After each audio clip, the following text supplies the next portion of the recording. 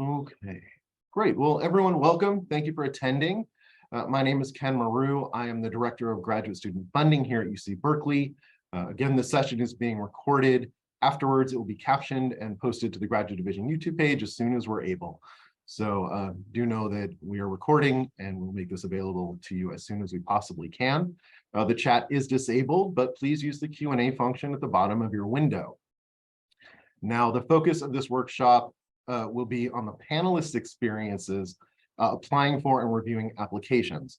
NSF has asked us to refer questions about eligibility directly to them, and you can always email them at info@nsfgrfp.org. So we are going to get started. Again, I want to direct you to the handout that has the agenda. Oh, that's the Zoom information. That's not what I meant to do. The agenda document, if you want to follow along. Also in the second and third pages are some great information about the NSF GRFP, including some other tips that other folks have put on the web for you as well. So we're just going to jump right in with our panelists who will speak in alphabetical order. Then we'll hear from Professor Fiona Doyle. So let's start with Michael Abbott. Hi, everyone. Thank you, Ken, for the introduction. So my name is Michael Abbott. I'm a fifth-year PhD student in mechanical engineering, currently working under Professor Hannah Stewart in the Embodied Dexterity group.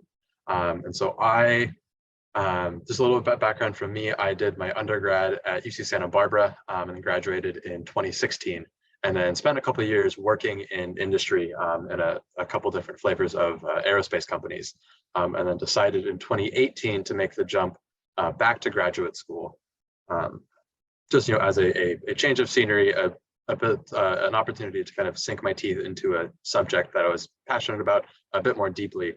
And so then when I came in, I didn't necessarily in my undergrad intend to go to graduate school. I didn't necessarily set myself up with I didn't seek out a lot of research opportunities. I didn't have a good sense of how funding worked. So I know for me, a big challenge coming in was just that my first semester here was really just what the heck is going on.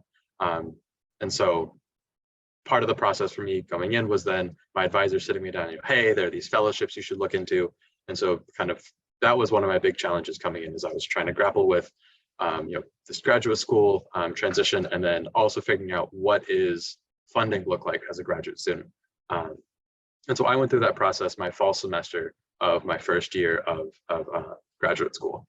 And so my advisor was a huge help. And so for me, kind of the big task was really trying to formulate a story, about both myself and how my past experiences, and then trying to tie that into my planned research direction.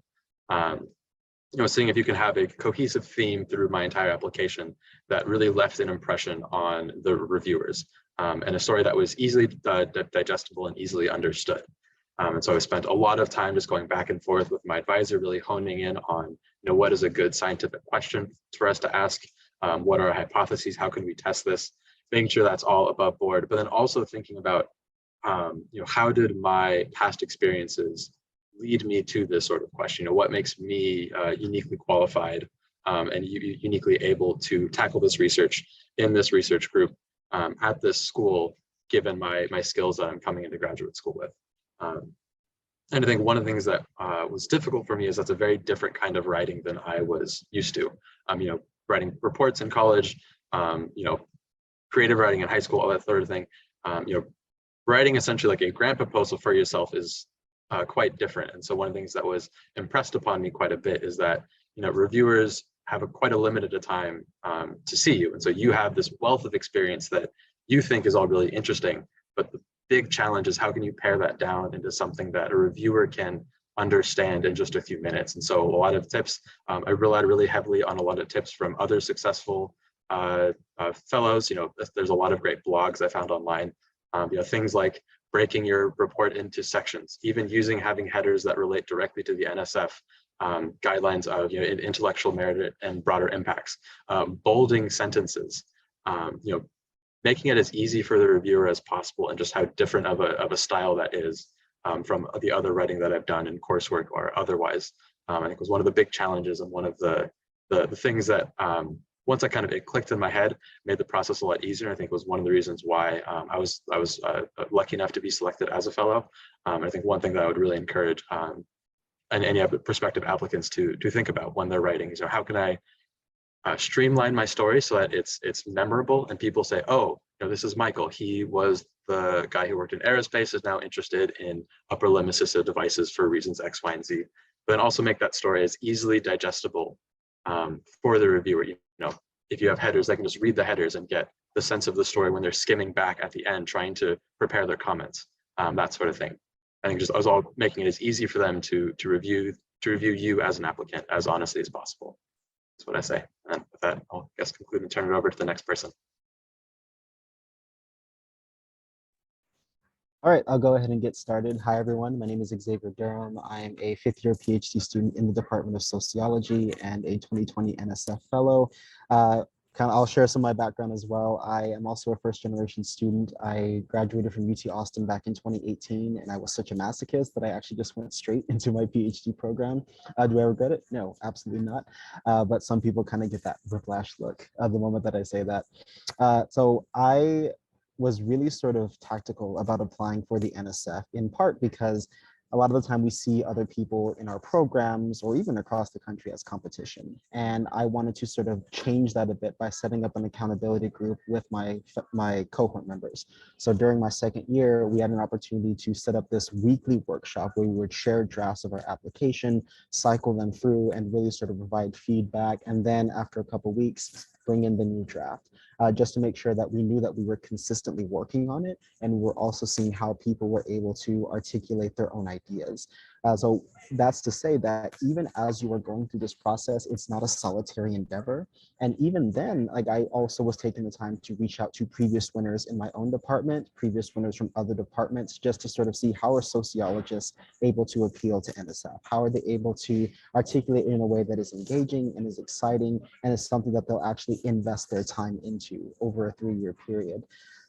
One last piece of advice that really sort of helped me is that a lot of the time we tend to lose out on our why. And what I mean by why is that when we're talking about our accolades, we're talking about our research experience, a lot of people tend to start listing out, I've done this, I've been in this lab, I've worked with this professor, I've worked on this paper, I've been a part of this research group, I dropped this policy thing, is that over time, the question that always comes up is why? Why are you doing these things? Why do they matter? How does one lead into the next? So as you are thinking about how to construct this narrative, how to show that you are the researcher that is set up for this job, as Michael has already alluded to, you really have to think about what are the experiences that guide the reader along. It's not going to be the 15 different research experiences that you've had concurrently. It's going to be those 1 or 2 events that really sort of shown how your thought has developed, how you've grown, and how you seek to make intensive theoretical contributions to your field of interest and the subliteratures that you're hoping to engage with long-term as a scholar in your particular field. So really, that's what I have to boil it down to, making sure that you have people who are in your corner, not just the faculty, but also your fellow graduate students, because they will be able to guide you along and provide more feedback to make sure that it is clear and it is strong. And on top of that, getting people who are outside of your department to read your application too, because sometimes things sound perfect in jargon world, but other times it's not as easy for people who are not part of your world. So I will close there and pass it on to Rosalie. Hello, everyone. I'm Rosalie Janitska-Fan-Shell. It's so wonderful to hear everyone else's tips and be inspired by such an amazing group of scholars across Berkeley. I am a 4th-year doctoral student in the Division of Society and Environment, which is in this massive interdisciplinary Department of Environmental Science, Policy, and Management. Just to tell you what I study, because this actually makes a difference for thinking about NSF. I really am in critical university studies, which you will not find anywhere in a category on NSF. And I'm broadly interested in the processes through which the historically white land grant universities envision and enact change to improve anti-racism in their agricultural education. UC Berkeley is my field site. I'm a 2021 NSF fellow in the sociology category. And that's what I'm going to chat a little bit about, is the specific challenges of interdisciplinary students. So also, I'm a non-traditional student. I started a PhD when I was 40, and I continued to work close to full-time in my staff job at UC Berkeley for my first 2+ years of the graduate program. I've been a staff person for 14 years and was working at the Berkeley Food Institute for 9 years concurrently with the program. So I didn't apply to the NSF until my second year of school on the advice of my brilliant advisor, Alistair Isles. He said, don't apply during your first year while you're still trying to figure out your ideas. I did apply to Ford and other departmental, Berkeley campus fellowships during my first year with my initial wiggly ideas, and I was gratefully successful in getting some other fellowships. But for NSF, he said, really wait until your second year when you have your project much more articulated. So I think that was a great piece of advice, especially for someone who maybe was returning to school after a longer break. I wrote 4 drafts of each of my 2 essays. I finished my first draft, I think about 6 weeks in advance of the deadline, if I'm remembering correctly, one that I was not too embarrassed by. I was also working with peers in my program, similar to Xavier. I really think peer-to-peer support is incredible. People who had gotten NSF in the past in my program shared their essays with me, and I do that to anyone else. So I will say that to anyone on this call. If you are interdisciplinary in social science and would like to see my essays, I'm happy to share. I'm not so useful to other categories, so hit me up if that's your categories. I guess including sociologists. I had 3 people, I had my advisor read all of my drafts, 3 other people read my 3rd draft, and then, yeah, I think that's how it went. A couple other things I would say is that I asked 4 people to write letters, even though they only accept 3, because I know, as someone who's been on the other side, writing lots of letters of recommendation for students, your recommenders are so overwhelmed with requests that you never know when someone's going to drop out, and that will ruin your application. So even though someone ended up doing extra work, it's someone who'd written for me before, and I didn't feel like I was putting them out too much by asking. I didn't tell folks which one was the 4th that wouldn't be used. The other thing I would say that was a particularly hard challenge is, if you're in interdisciplinary programs, you have to be really strategic about choosing your discipline, because those are the folks that are going to read your application.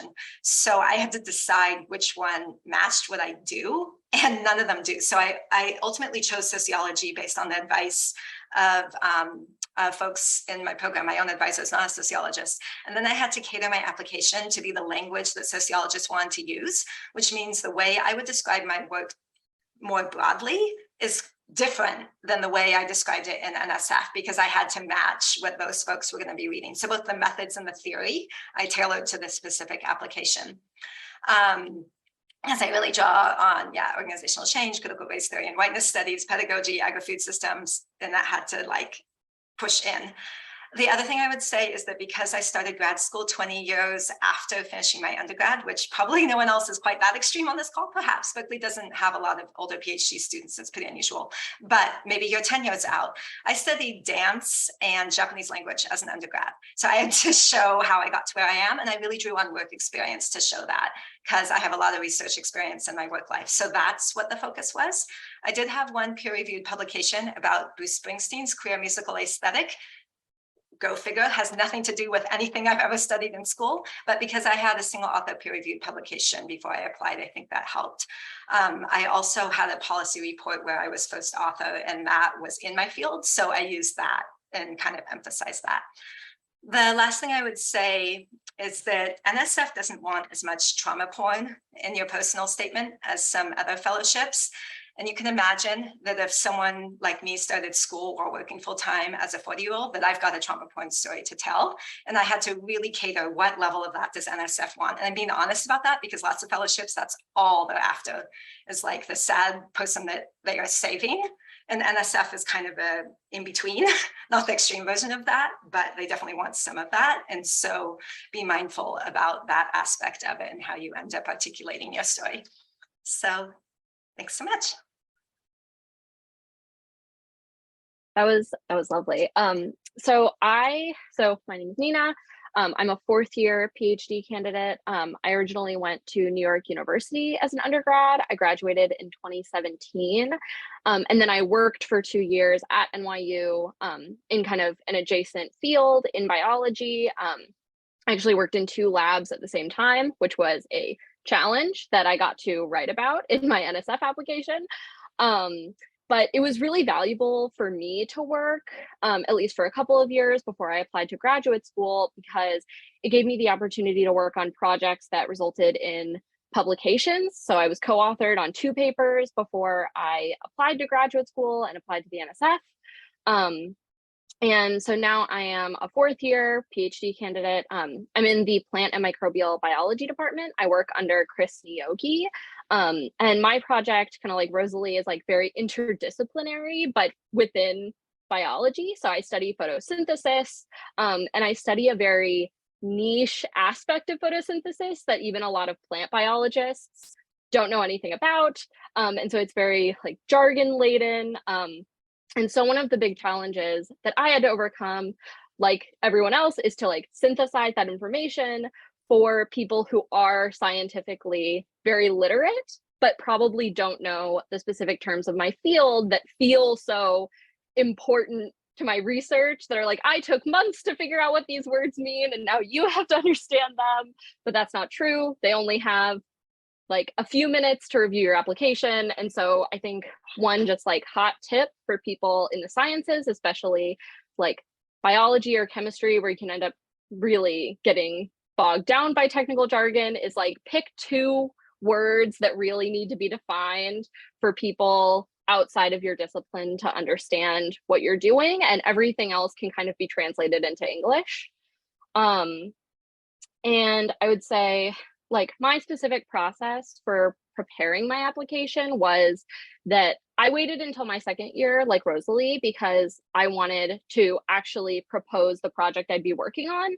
And my program does rotations. And so if I had applied the first year, I would have had to apply with the advisor I did my first rotation with, which didn't even end up being the advisor I worked with. It could have been, but I also probably would have changed projects in that time if I had worked with that person. And I would have ended up spending a lot of time during kind of a stressful rotation period, proposing something I didn't even end up working on. And what I wound up doing was proposing the NSF at the same time I was doing my qualifying exam proposal, which in our department is essentially a grant proposal. It's just longer form. And so that was super like valuable for me, because I was already working on how to propose this in a long way. And then I had the opportunity to like synthesize that into like kind of a scientific narrative that would be easier for somebody outside of my discipline to understand. And I also had 4 people who were already invested in my proposal being successful to share it with and get their feedback on the scientific section of the proposal. And for the personal statement, I completely agree with Rosalie. I think even more so in the scientific proposal, they do not want a lot of sad personal story. Maybe 1 sentence. You can have 1 sentence, and then really it should be about your scientific maturity and your experience if you're applying in the hard sciences, with what is going to be the best evidence that you're going to succeed in grad school. All 3 of my reviewers mentioned something to that effect in their reviews of my application, that they said this is like a person who looks and seems prepared to succeed in graduate school. And I think that that should be what you keep in mind, but they're also human beings. And so one of the biggest aspects of the NSF is the impact portion. And they really want to know, like, are you going to succeed in grad school? And also, is your research, if you succeed at doing it, does it seem like it's going to make a huge impact both on the field and on the country? Because it's a national fellowship. And kind of the narrative I wove was that I wanted to use public funds for the public good.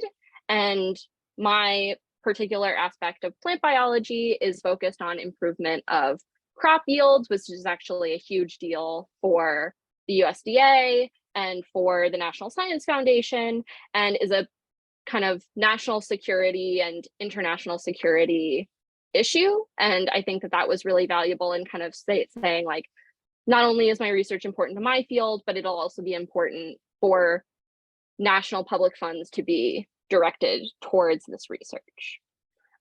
So I think I'll wrap up there, but please feel free to ask me any questions if you're in biology and have more questions on it. Okay, I'll start. So I'm Leia. I'm a third-year PhD candidate in the chemistry department.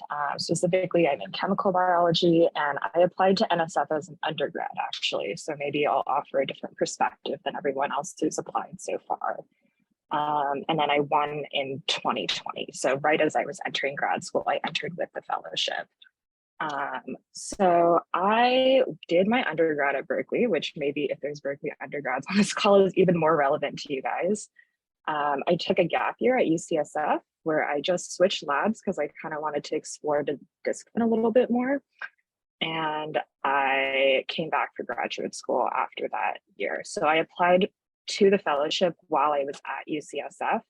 And I thought that was actually really great for me because I had a bunch of friends from my lab at Berkeley. So I spent 2 years at a lab at Berkeley during undergrad, and then I moved to this UCSF lab. So I had a bunch of friends in my Berkeley lab and my UCSF lab who were able to help me with the fellowship. And especially as an undergrad, you like don't really know what's going on compared to the grad students, in my opinion.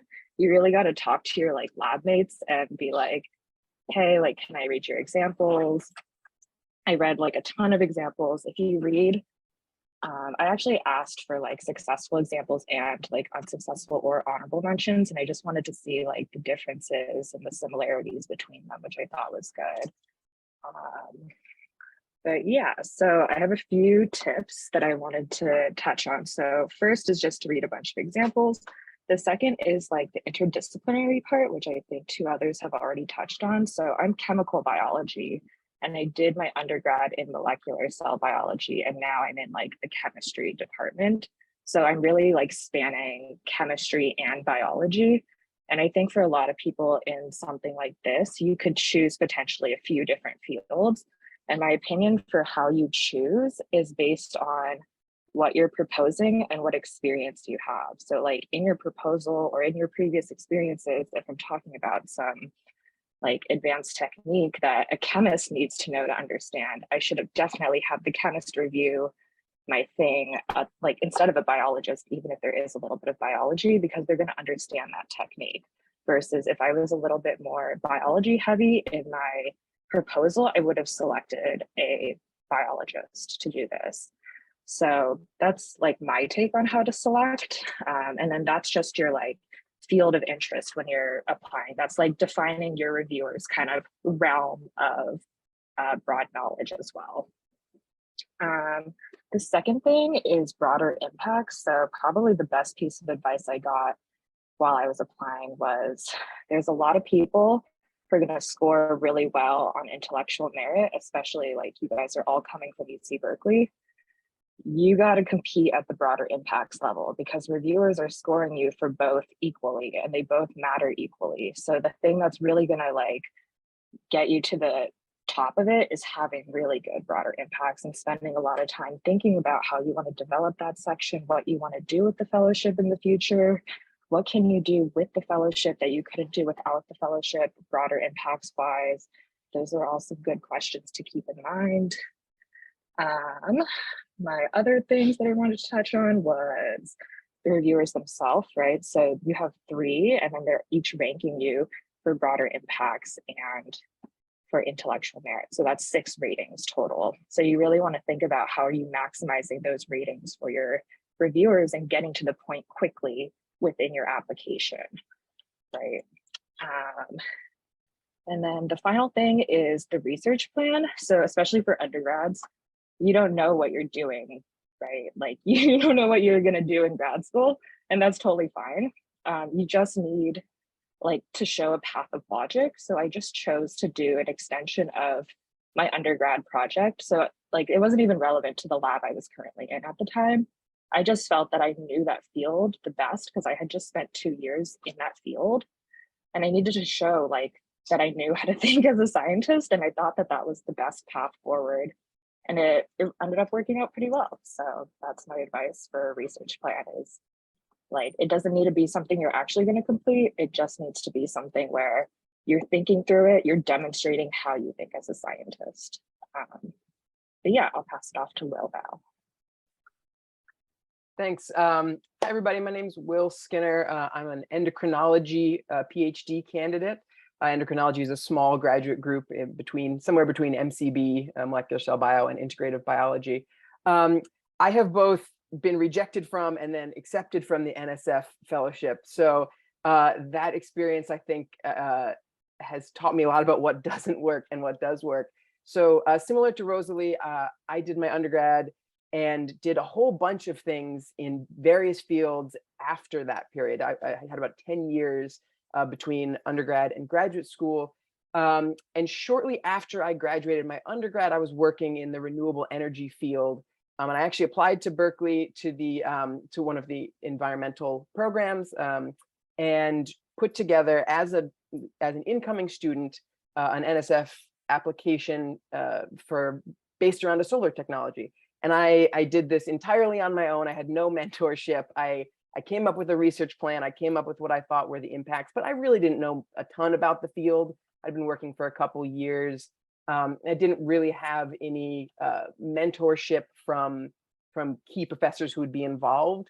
And so it was ultimately, when I go back and read it now, it was a super poorly thought out application. It was hopeful, but it wasn't grounded in real data. So fast forward about 8 years, I found a new field of interest that really has driven my work since then, which is the development of novel contraception, especially male or unisex forms of contraception. And so that became my focus. It became my, as we were talking about, sort of broader impacts, that I was really driven by this idea of the impacts that could have.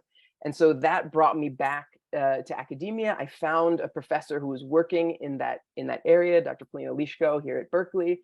And I basically found my way into her lab before applying to graduate school. I worked in some related fields for a year to prepare myself. I found funding from a small private foundation.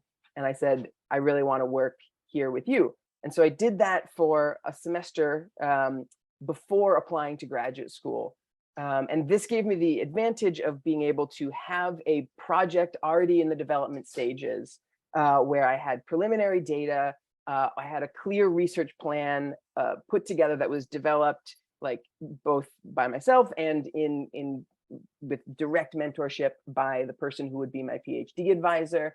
And so it was very detailed, very well thought out. And so that covers sort of both aspects of these key things that Leia was talking about, both the broader impacts of the project, which is maybe unique and novel enough to catch a reader's eye, and detailed enough, ground truth enough to have a clear research plan. That also gave me the advantage of, because I was working in the lab before applying to graduate school, I could apply in that first year tranche. People were talking about whether to apply as an incoming student or as a second year. I could apply as an incoming student with very detailed preliminary data already in hand, which I think probably gave me a bit of a leg up over other incoming students who's in that group, whose proposals were a little more theoretical. So if there's any way as an incoming student to get as much input from possible mentors, even if you don't have one like fully in hand like I did that you knew you'd be working with, I really recommend trying to find advisors that can really help you make your proposal as detailed and based in preliminary data as possible. I think it makes it a lot more respectable in the eyes of a reviewer. And yeah, I just want to echo what everyone else has been saying. Building this around a central, compelling story, like Michael and Xavier said, I think is super important. I focused a lot on talking about the broader impacts of contraception and why I think that's important, and also brought in a little bit of my personal story of explaining and selling why my time in these different fields before coming back to academia was not just a diversion, but actually prepared me to be a successful PhD student. I was self-employed. I was, had experience in both the business world and the nonprofit world, which,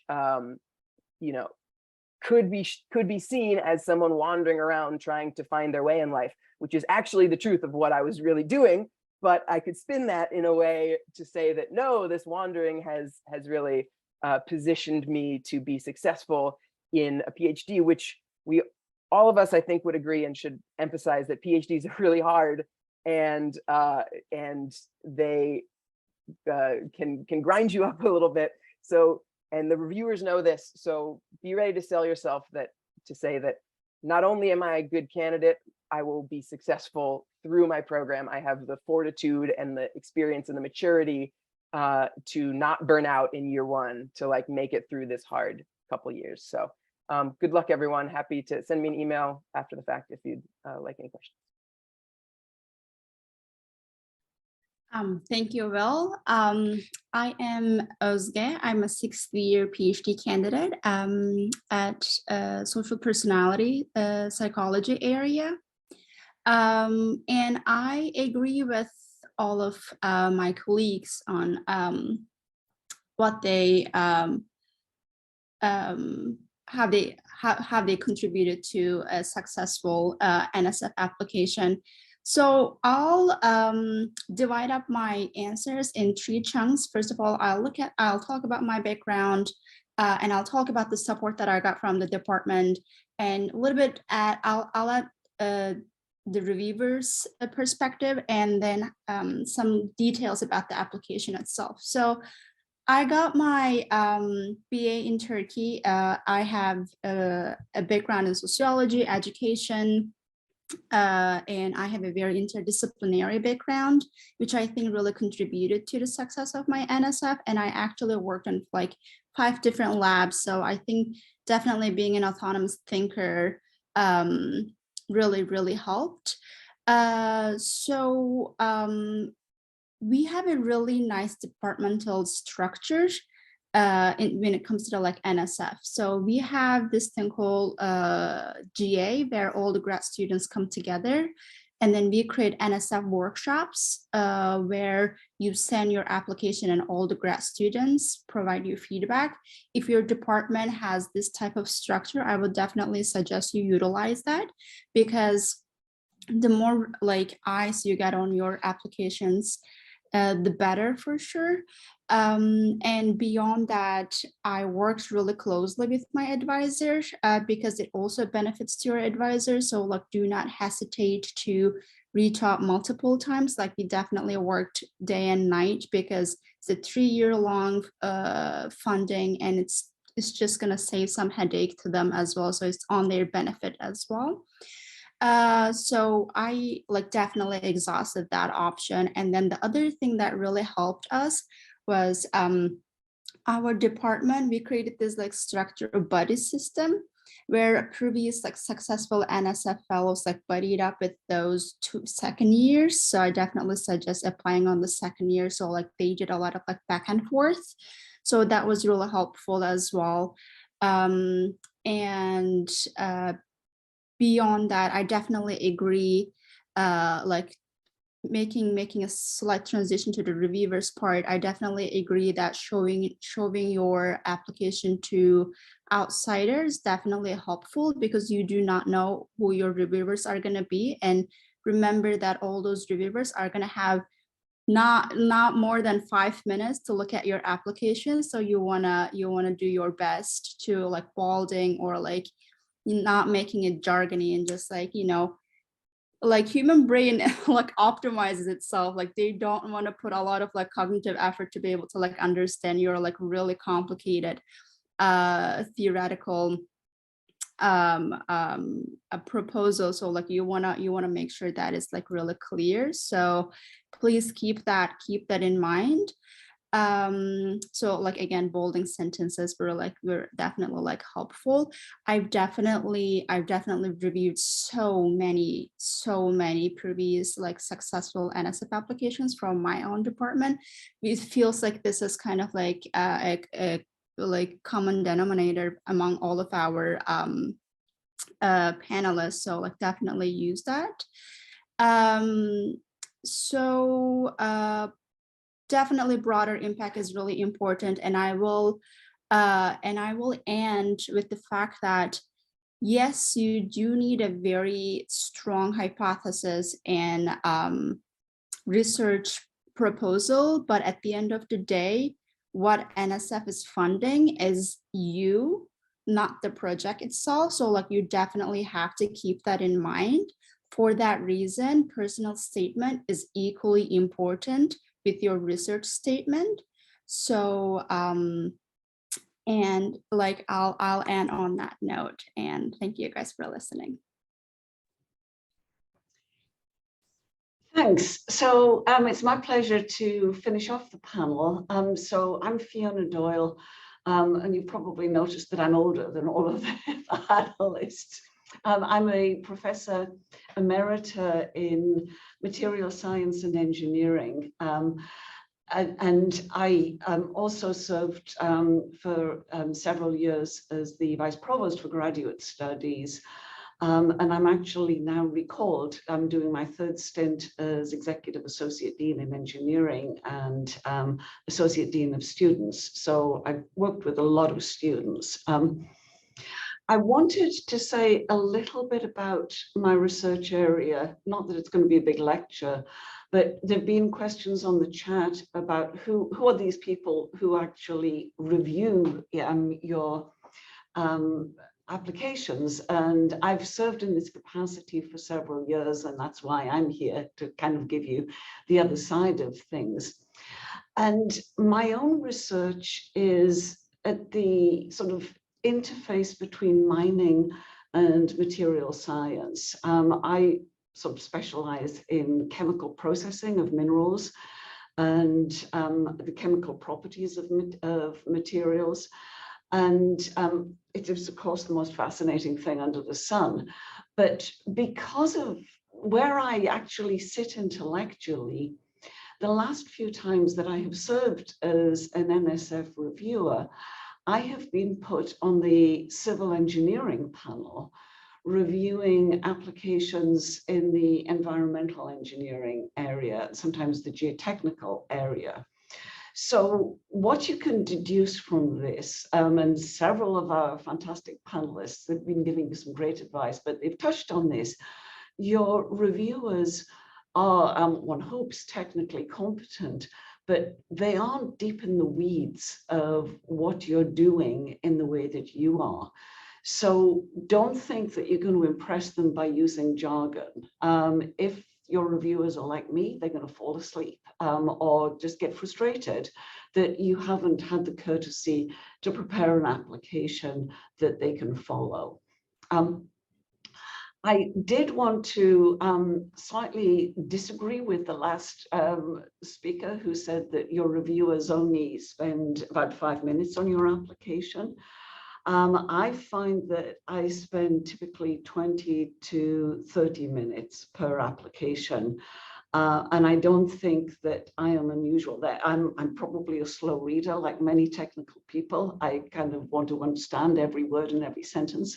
So I read technical materials slowly, but I certainly will sometimes look up references or at least consult Wikipedia to give myself a bit more background in what I'm reading. So your reviewers are taking time to try and understand you and what it is that you are trying to do. In terms of, I did just want to say by way of background, I'm like a couple of other speakers have mentioned, I'm a first generation student. My family had no idea what graduate school was. They weren't particularly supportive. My mother used to say, I don't know why you need another degree, you've already got one.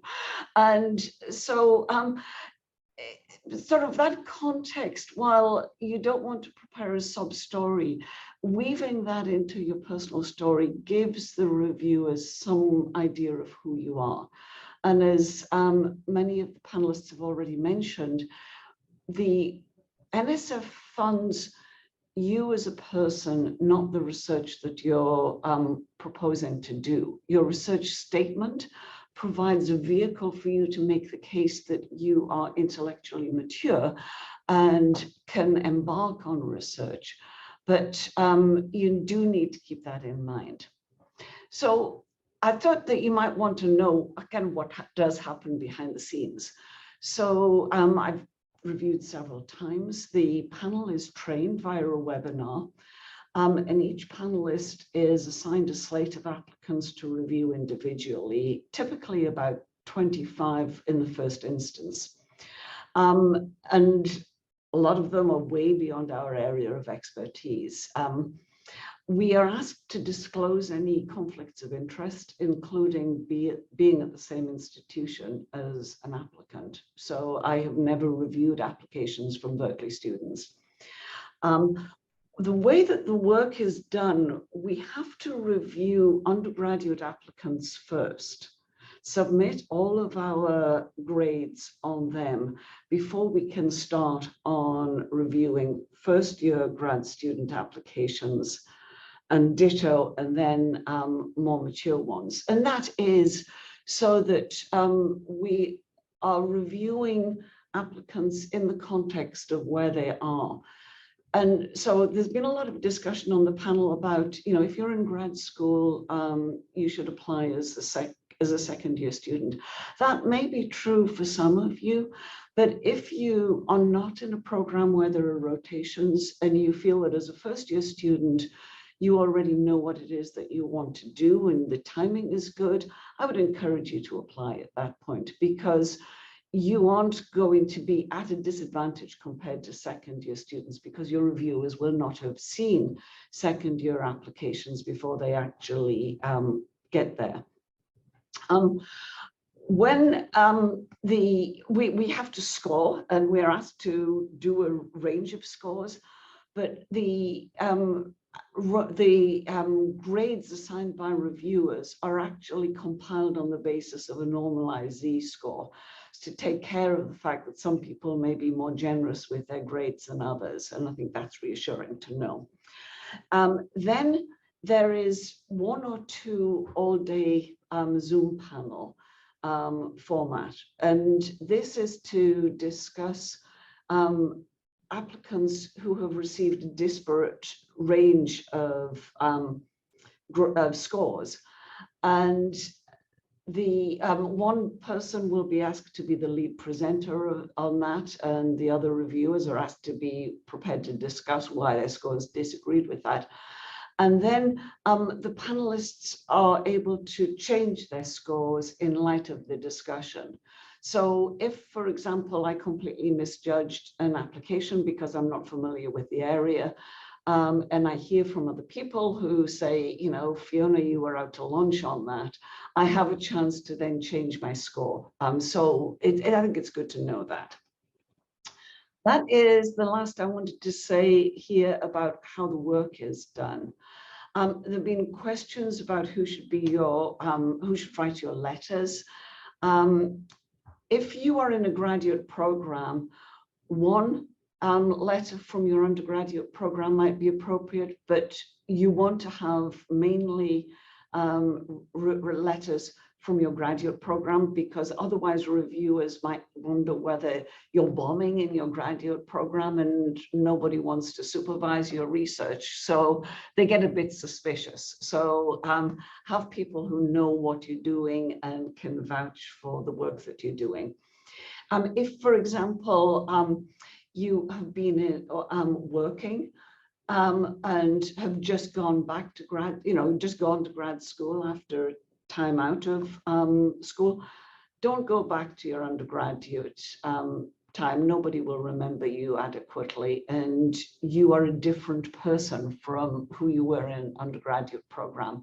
And a letter from somebody who knew you as you were working and can speak to your intellect, to your discipline, your approach to work would be appropriate. Rosalie mentioned that she did research while she was working. So a letter from somebody who knew her in that capacity would be very interesting.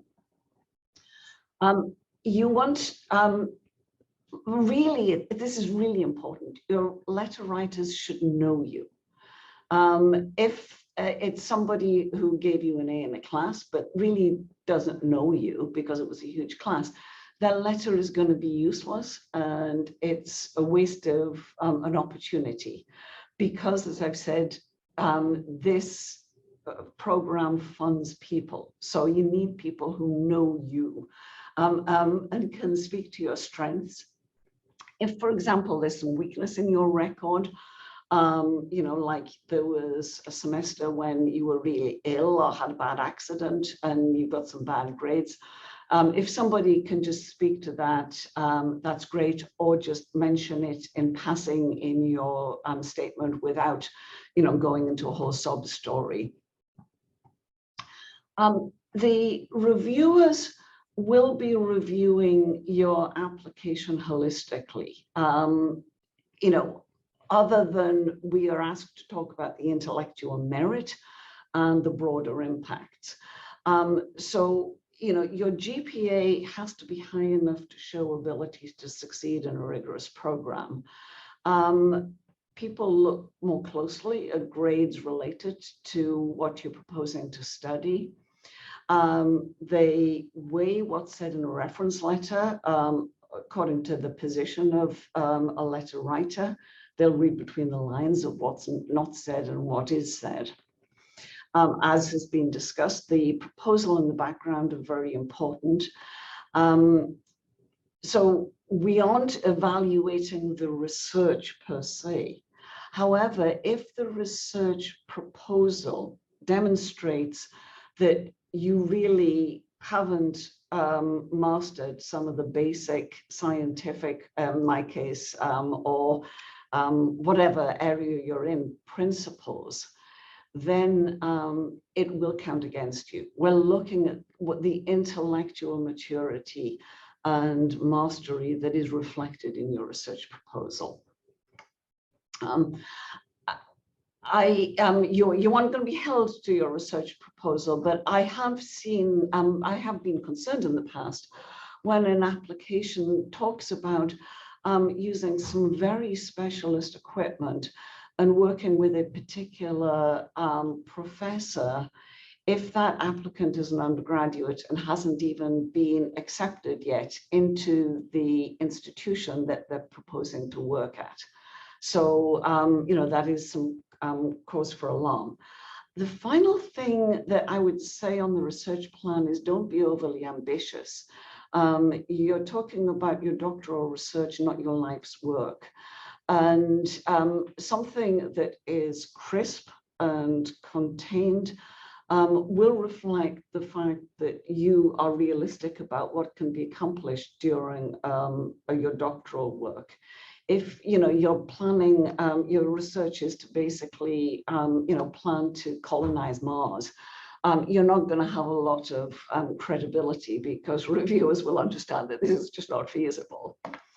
When you get to your personal background, you want to be very kind of judicious and bring in information that isn't going to come from other sources, particularly if they, for example, apply to broader impacts, any diversity efforts that you've been in.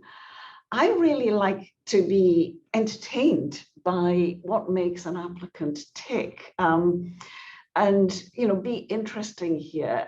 If I were reviewing Rosalie's application, I'd want to know about that Bruce Springsteen paper. So I really would, you know, so say, you know, say a word or two about it. I promise you that it will make your application more memorable. You know, your reviewers are real people who are interested in these things. if I were, I'm thinking about what would I do here? I might put in a story to say what makes me tick about the fact that I started being interested in minerals when my parents bought a new house when I was 9, and I discovered this really nice mineral gray sort of specimen of quartz in the back garden. And, still when I have a spare hour or two and I'm in Washington, DC, my guilty pleasure is to go into the Smithsonian mineral collection there. And, that just says a bit about me and what makes me tick. Talk about hobbies. If they bring in some of your competencies and you can weave this into your story. So with that, I think I've said enough. I know that there have been a lot of questions on the Q&A and I've answered a few of them, but I think it's my job now to open things up for sort of a general Q&A live. Is that right, Ken? Yes, well, thank you, Fiona, and all of our panelists for sharing their experiences and their knowledge. I'll just sort of start asking some of the questions from the Q&A that have come up, and everyone's been generously answering them as well. But it seems like there was a number of questions that were sort of general about how do I improve my application? So either I'm preparing to do it, or I applied before and I was an honorary mention, or I didn't get it. What would you suggest to someone who's asking you how they can improve their application? Okay, I'll start. I think the number one thing is to iterate your application. Like, you can't just expect that your first draft is going to be your winning draft, because it definitely isn't. And that's okay, because that's true for everyone. But I would say, for me, I maybe wrote my initial draft 4 weeks out from the deadline. And then for those for that 1 week, I wrote the initial draft. And then for the next 3 weeks, I just went through sending it to 1 or 2 people at a time. They send me back comments. I incorporate the comments.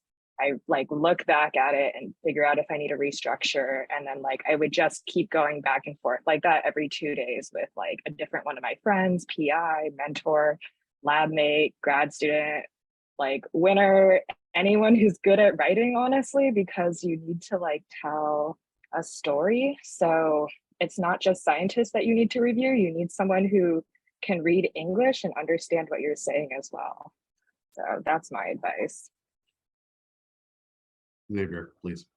Oh, and also tied to the question of your first drafts not being perfect, not assigning your personal worth to your drafts. Sometimes we'll send it out, we're brave enough to do it, and then we get it's just red all over, add this, change this, remove this, why don't you talk about this more, delete this, and sometimes we feel this is my baby, this is the first time I've been vulnerable with somebody for either of the statements that I'm submitting.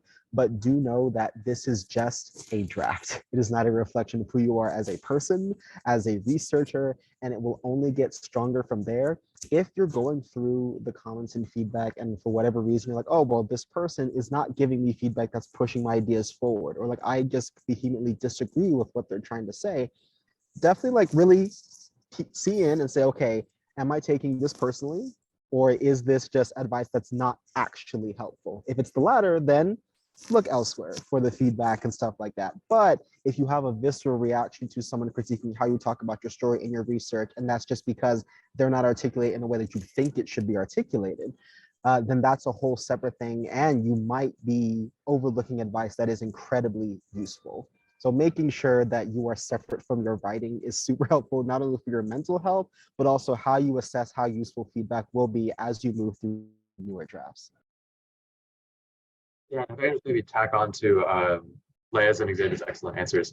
I think I'd also really encourage, even before draft writing, to do iterating some kind of storyboarding as well. Right? Your application is this very holistic package.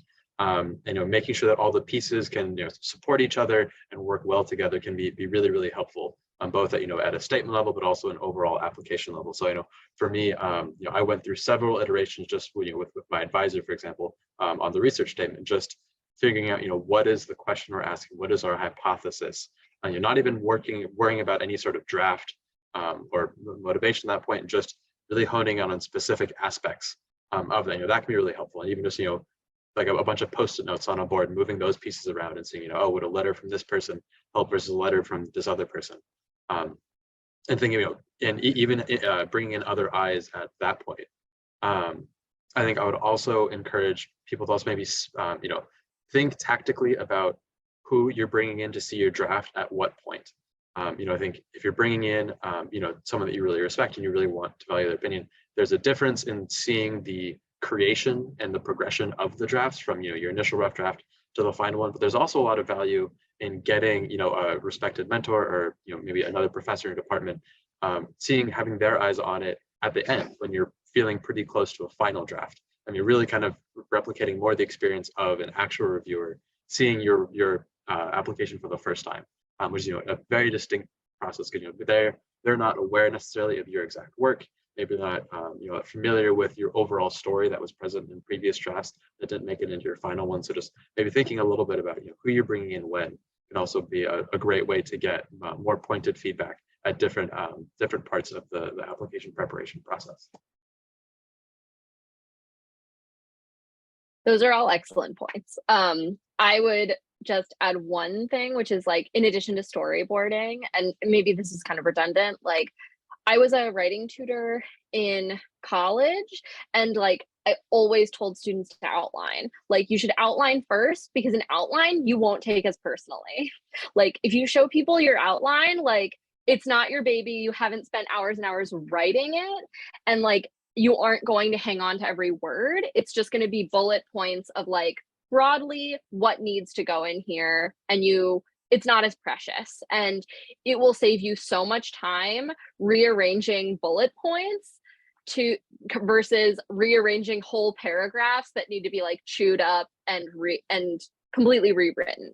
And that will be much less painful. And once you have a lot of people saying like, oh, your outline looks good, it's like in a logical flow that I can understand, like that can be the headers for your final application.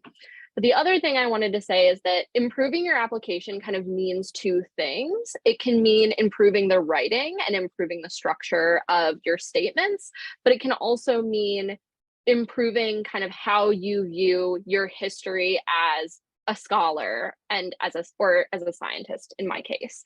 And in order to do that, you kind of like, it's helpful to kind of have people look at your resume, like maybe start there, and like people will say like, oh, all of these things you did are very cool, but only 2 of them are really important to actually mention in your statement, because your whole resume is going to go in your application. You don't need to address everything. I think that was stated several times. But if you don't feel like you are actually ready to craft a proposal for a specific project, even if it's the one that you don't intend to do because you're only an undergrad and your project is probably going to be completely different once you actually get to grad school and find an advisor, then like it's okay to wait. Like, there's no rush. You have 2 years in graduate school, whether you want to apply when you're there or not. Like, you can wait until you feel like you actually do have the experience and you have more time knowing that the NSF exists, and you can go out and find the experiences that will improve your application. So for instance, someone mentioned like, I didn't have publications when I applied and got an honorable mention, and people in my reviews said there was no publication record. That's like a hit. And I think there are a couple ways to improve that. So like, you can work or get on projects that are close to completion, and that'll get you co-authored on papers, but also you can seek out opportunities to present the research you've already done. So if you haven't participated in things like conferences or applying to undergraduate research grants, or just kind of these smaller venues that kind of show external validation for the work that you've put in, that might be something worth doing before you apply to the NSF, because papers often are kind of outside of our control. And that can be a really good way for them to show like, oh, this person is definitely ready to have a publication record, even if they haven't gotten the luck of being in that place yet. Great, thank you all. I'm also seeing a lot of questions around letters of recommendation. So who to choose, how to approach your letters of recommendation. So maybe Fiona could start by addressing, oh, Fiona wants to start on her own. She doesn't need my prompt. Go ahead. Excuse me. As I said, first and foremost, they are people who should know you. I saw a question just on the chat from somebody who's been a few years out from undergraduate and wondered whether those letters would work, or at least sort of somebody who still knows them would be appropriate. One of them I would say would be fine, but you need people who know you now. And the reason for this is that you may not be aware of this, but you sort of the undergraduate years and then early years of grad school or working are a time of immense change intellectually. Many people, looking back will say, golly, I'm just not the person that I was then. And reviewers are more mainly educators who are aware of this.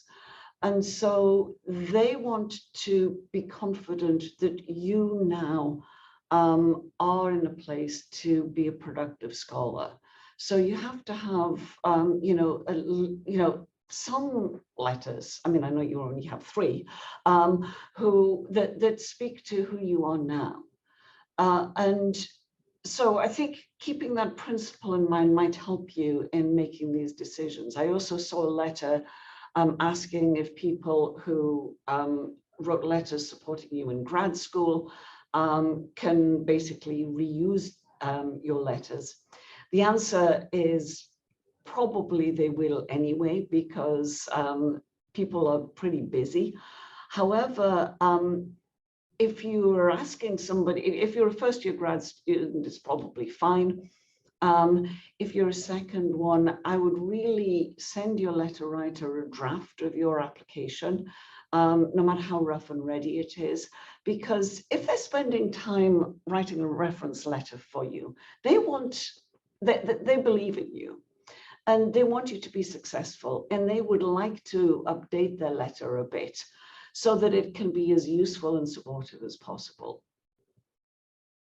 And it's much easier to update a letter that already exists than it is to write one from scratch. Trust me, I know. This may be more of a personal opinion than a fact, and Fiona, please feel free to jump in if you disagree, but I really feel strongly that it is about the quality of the letter rather than the prestige of the person writing it. Lots of, especially undergrads, I think, are tempted in these big survey courses that are sometimes taught by superstar professors to reach out to them and ask for a letter, thinking that, oh, a letter from this big name person is going to really get me where I want to go. I've seen how those letters get created, and very often they are a total template with some blanks put in there for name, grade in class, one sentence about one thing they remembered about that person. And that yeah, as Fiona said initially, I don't think that's very helpful. So find people who really honestly care about your success and know you well, and will take the time to write a personal letter that catches a reader's eye. And even if the reviewer has never heard of that person, I think that matters far more than the name on the signature line. So since Will invited me to disagree with him, I'm not going to, because his advice is absolutely spot on. And remember that because reviewers aren't necessarily in the exact field, they don't even know who the big shot in your particular niche of academia is. But the reference letters should sort of be appropriate. So, if, for example, to sort of take it to a sort of an absurd level, sort of your mother's friend who's known you from birth, but has absolutely nothing in common with, your intellectual area, isn't a useful person to write about your aptitude for study in psychology or whatever else. So you have to be judicious. And I'm curious, just sorry to jump back in. I would guess I would also lean maybe towards people who've been in the field a little longer.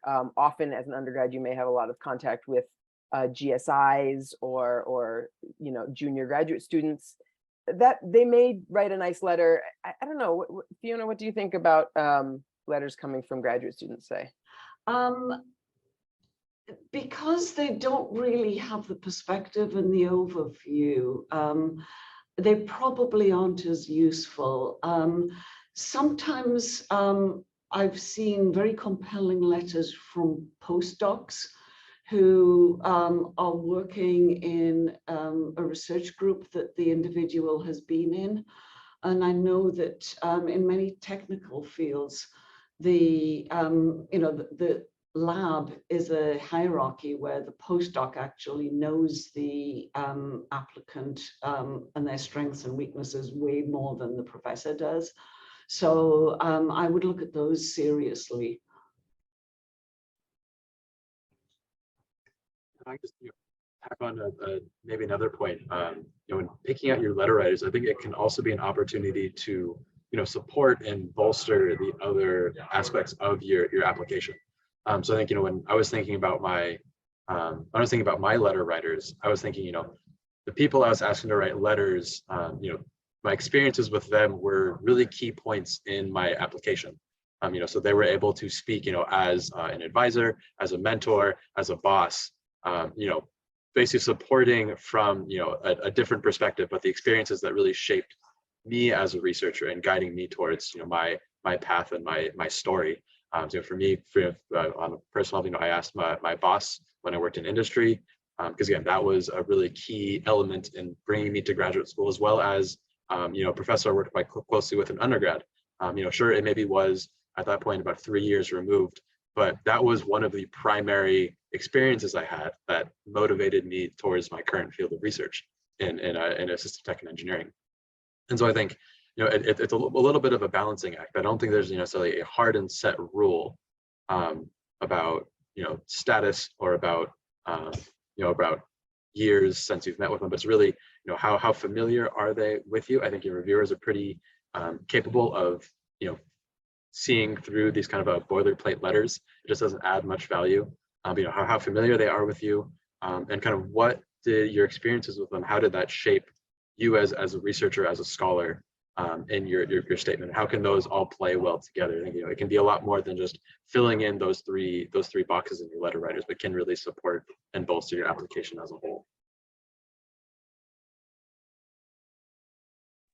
Okay, cool. I'll just add really quickly for undergrad, since I wasn't in grad school at all when I applied. So I had no real direct contact with professors other than my PIs and going to office hours.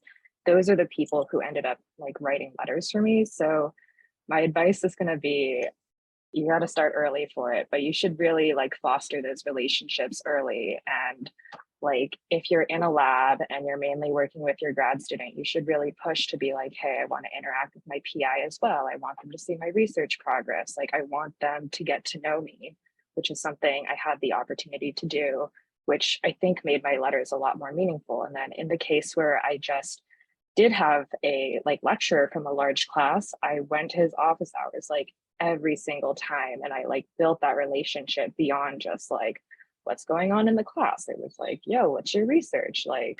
What's going on? And I just felt that by the time I asked for those letters, it was such an obvious yes to them that I didn't have a problem. So, and in the future too, I found that they also helped me find other opportunities, and they're really lifelong mentors to me at this point. So I would really encourage fostering those relationships with people that you think you might need a lot of them in the future.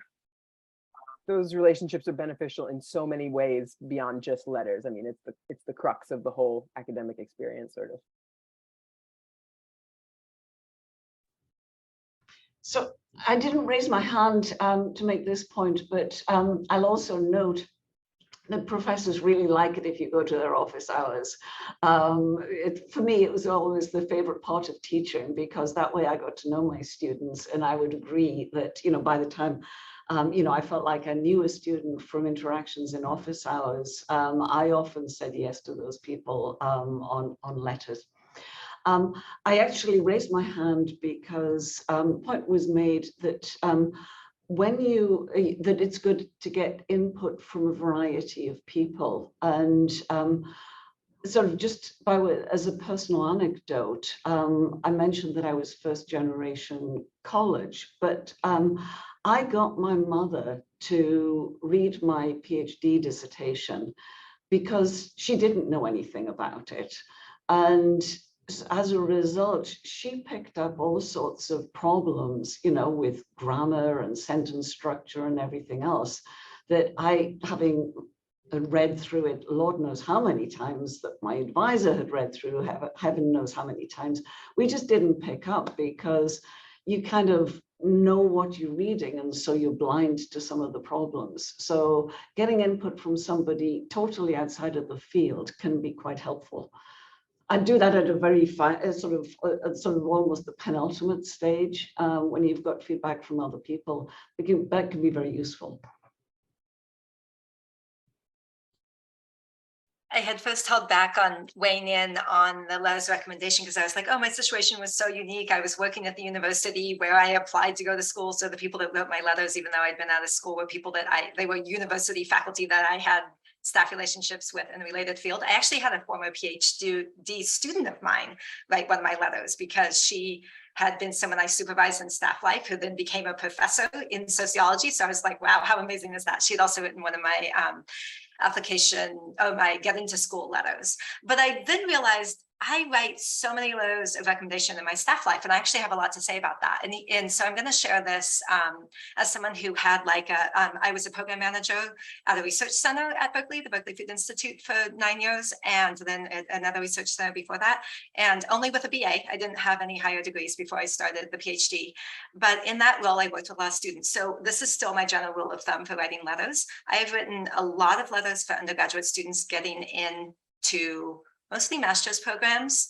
I don't think any of my undergraduate students have asked me to write a letter for a PhD program yet. I would not write a letter for GRFP because I feel like they don't want to hear from some. Maybe now that I'm a grad student, yes, but they wouldn't want to hear from me as a staff person when I only had a BA. But I taught in my staff life. So I'm like, I don't know, but I kind of instinctually of like, yes, I would write an application to get into school, maybe not GRFP, because they want more of an academic. But my general rule of thumb is I will only write a letter for someone I've worked with them a minimum of 2 semesters. And I always have a sit down with that person to be like, what are you so excited about? And in most cases, if I've worked with someone for at least middle of a second semester, I know all the things that they're really excited about that have little to do with our research. I have a very open personality around talking about, especially when it comes to marginalized identities and those sections of how that reflects with your work. I always share with students about how I got into food system stays because of having homeless, food insecure family. And, like my dad was homeless the whole time I was in college. So that really reflected what I study, things like that. And that encourages students to do the same. So I do that conversation with students so that I feel like I can write about them as a whole person rather than simply their academic work, because ultimately, your letter needs to reflect their personal statement as well as their intellectual merit, in my opinion. So that's the process I go through on the other end as someone who's written letters. But again, I think in my staff role, I wouldn't feel comfortable doing a GRFP one that I don't think I would be doing them a favor to write them a letter. I think Rosalie brings up a good point that you should always ask your letter writers if they're ready to write you a strong letter of recommendation, not just any old letter of recommendation. I did have one more general question, but I'm starting to wonder if we're not close enough to time where maybe it's just best to ask everybody on the panel to give sort of a final thought and last piece of advice on our way out. And that might be a good way to close it out. So why don't we just go, I don't know, let's start with Will, because I see him first and I'll chat who's next. I guess my big takeaways are just find mentors, build relationships, nobody does this thing alone. It is, no matter what you're studying, it's super hard, takes a lot of time and thought. You cannot come up with it takes professors a decade or more to get good at writing grant applications.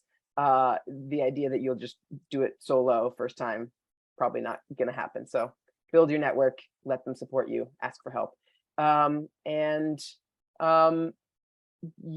even if you don't get it, this is a great opportunity to focus your thoughts for what you really want to do. So think of it as an exercise in planning for yourself. So try to write something that is real, that you really do want to study, because it will help you in so many ways down the line. So two things. One is you are amazing, and there's nothing that the federal government can tell you to let you know otherwise. Be wary always of what the federal government's going to tell you about yourself anyways. But whether you or not you get the GRFP is no reflection of you as a human being. It's only a reflection of the particular quirks of a given year of these applications. So I would say that keep trying. I've applied for many fellowships, some I've gotten, some I haven't. The other thing related to my comment about federal government is think about the fact that, like, so my project is quite political. I was very much talking about critical race theory and activist scholarship and the overlap of pedagogy, activism, and research at a time when Trump was president and was banning CRT. And I was writing about that in my application. And I decided that my confidence in the fact that critically engaged research for the public good comes in activist forms meets broader impacts. Like, that's my version of broader impacts. And there's a lot of faculty that say that too. And a lot of sociology research says that. So I saw that kind of concern about, like, they only want applications about AI or whatever, like, be true to who you are and what you believe research is and what research can do, and make that compelling thing. And I don't know, in between when I applied and the decision, Biden was elected to office. So maybe I was revenge funded as a result. I don't know. I hope you were revenge funded. I think that's a great story. I think that's the narrative you should tell about your NSF acceptance. I mean, I think what everyone else has already said is great. Like, I think, yeah, don't take any of this personally. Honestly, my best advice is that once you submit it, forget that you submitted it and don't think about it again, because I didn't. And then I was like in Tahoe with my friends, and I like come up for coffee, and my friend's like, congratulations. And I was like, what? She's like, you won the NSF. And I hadn't even checked my email. But I think, like, when you're applying, like, I agree, like, get help both from people who you think are just excellent writers in your personal life and who know you and who will be able to say, like, you're leaving out this incredibly important part of you as a person and as a scholar, and it's going to make the application more generic if you aren't making it personal in some way.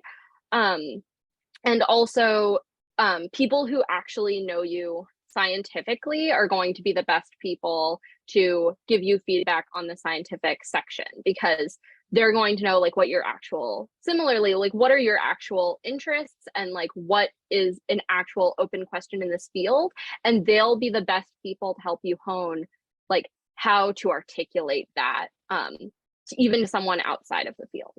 So that's my advice. Okay, I'll repeat what I said at the beginning, which is broader impacts is the biggest difference, just because I think it was such a true piece of advice. Like, please don't forget about your broader impacts. And in fact, you should put more than you think that you need, because not that many people are going to have good broader impacts. So that's my number one thing. And then on top of that, I would just say that I hope by the end of the process, I know it's like really long and kind of daunting and you don't really know what you're doing. I hope you feel proud of it at the very end, because I felt that, like, when I submitted mine, I just felt really good about it. Like, I thought at the time when I was writing it, like, if I'm going to write something good, this is the time to do it, because there's actual, like, money on the line for this. So I just want to give it my best effort. So I think everyone else here can as well. Yeah, these guys, I think, have all been wonderful. I think I would agree with everyone who's saying, So I wouldn't put too much stock in what the NSF says about your application. This is a very particular situation with a very particular group of people. I found I just tried to enjoy the process of drafting the application. Even when I submitted it, obviously winning would be great, but on the other hand, just collecting my thoughts and reflecting in the way that preparing this application forced me to do was just an immensely helpful process, and just focusing myself as a researcher and just better understanding myself, even just as a person, what events have led me to where I am. I think as for actually tips on the application, I think the main thing that helped me was just putting myself in the shoes of the reviewer. You have 30 minutes, you're reviewing, even your comments are solely on broader impacts and intellectual merit, and saying, over and over again, how can I hammer in the broader impacts of myself and my research, intellectual merit of myself and my research, and just how can I make that as easily and most apparent to the reviewer? Headings, bolding statements, selecting events that really go to those points, as opposed to just a giant laundry list of all your accolades. I think having a narrow, focused story can be so much more compelling, and I think truer to kind of what is drawing you to your research, and can be inspiring for other people than just a whole list of everything that you've done through it. As rich as compelling as might be, having a much narrower, focused story can be just much more compelling to a reviewer in this particular platform. Discipline is super important when working on these applications. The window is very short. Like, you feel like you have a bunch of time, but it just goes by really quickly. So make sure that you're setting aside time to work on your drafts, to provide comments and feedback to other people if you are working in collaboration with them. So that's super important. But at the same time, if there are days where you have to step away from it to decompress, to collect your thoughts, to allow your brain to sort of really think about the story and narrative that you're trying to tell, that's also fine. Having discipline and showing yourself grace can exist simultaneously.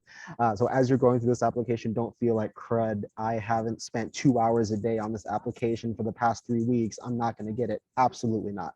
There were like 3-day periods I didn't look at my application because I know I needed that mental break. Then second, on the formatting front, use justified alignment on your application. It can give you 2 more sentences of line space. So I suppose my final thoughts are, believe in yourself. Believe that you can win this and go for it. But also believe in yourself in your application.